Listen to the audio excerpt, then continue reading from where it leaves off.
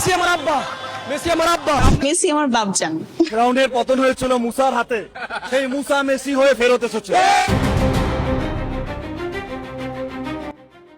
খেলাধুলা বিনোদনের একটি মাধ্যম মাত্র।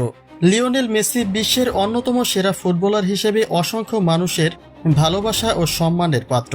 কিন্তু এই ভালোবাসার আতিশয্যে যখন কোনো ব্যক্তি তার ধর্মীয় বিশ্বাসের চেয়ে একজন মানুষের প্রতি আনুগত্যকে বড় করে দেখেন এবং অসংলগ্ন বা ঈমান বিরোধী মন্তব্য করেন, তখন তা কেবল রুচির পরিচয় দেয় না, বরং নিজের বিশ্বাসের প্রতি গভীর অজ্ঞতাকেও প্রকাশ করে। যারই একটা বাস্তব সাক্ষী হলো বাংলাদেশ। আর্জেন্টাইন ভক্ত বললেন, মেসির সঙ্গে জাহান্নামে থাকাটাও গর্বের বিষয়।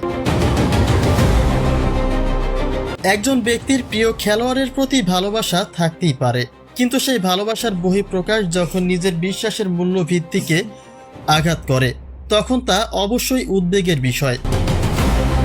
ফেসবুকের একটি কমেন্ট যেন নাড়িয়ে দিল গোটা দেশবাসীকে। রাজু আহমেদ নামে একজন আর্জেন্টাইন সমর্থক লিখেছেন, মেসির সঙ্গে জাহান্নামে থাকাটাও গর্বের বিষয়। মূলত তিনি একটা পোস্টের কমেন্ট বক্সে শুরুতেই লেখেন, শিরক ছাড়া আল্লাহ সব গুনাহ মাফ করেন, তাই আর্জেন্টিনা সাপোর্ট করতে গিয়ে যদি 100 বছর জাহান্নামে থাকতে হয় তাতেও আমার কোনো সমস্যা নাই। এটা আল্লাহ ও একজন আর্জেন্টিনা ভক্তের ব্যক্তিগত বিষয়, মাঝখানে মোল্লারা নাক না গলালেই ভালো হয়। এমন কথার জবাবে হযরত আহমেদ অমিত নামে এক ব্যক্তি লিখেছেন, জাহান্নাম কি তা বুঝতেই পারেননি।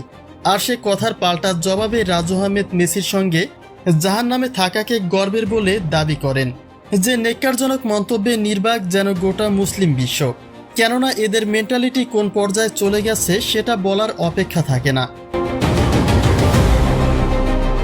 ইহুদিবাদের দাসত্ব করা একজন মেসি তার পায়ের ভেলকিতে শুধুমাত্র বাংলাদেশ থেকেই প্রায় কোটি ভক্ত ও অনুসারী বানিয়ে ফেলেছেন। মেসিতে তারা এতটাই মজেছেন যে দিনে দিনে তারা এখন মেসিকে শুধু আল্লাহ বলাই বাকি রেখেছেন। কেউ বলছেন মেসি মুসা আলাইহিসসালাম হয়ে ফিরে এসেছে, কেউ জন্মদাতা পিতাকে অস্বীকার করে মেসিকে আব্বা ডাকছে, আবার কেউ ধর্মীয় উপাসনাতেও আর্জেন্টিনাকে জুড়ে দিচ্ছে, যা শুধু নেককার জনকই নয়, জাতিগত শিক্ষার চরম অবক্ষয়।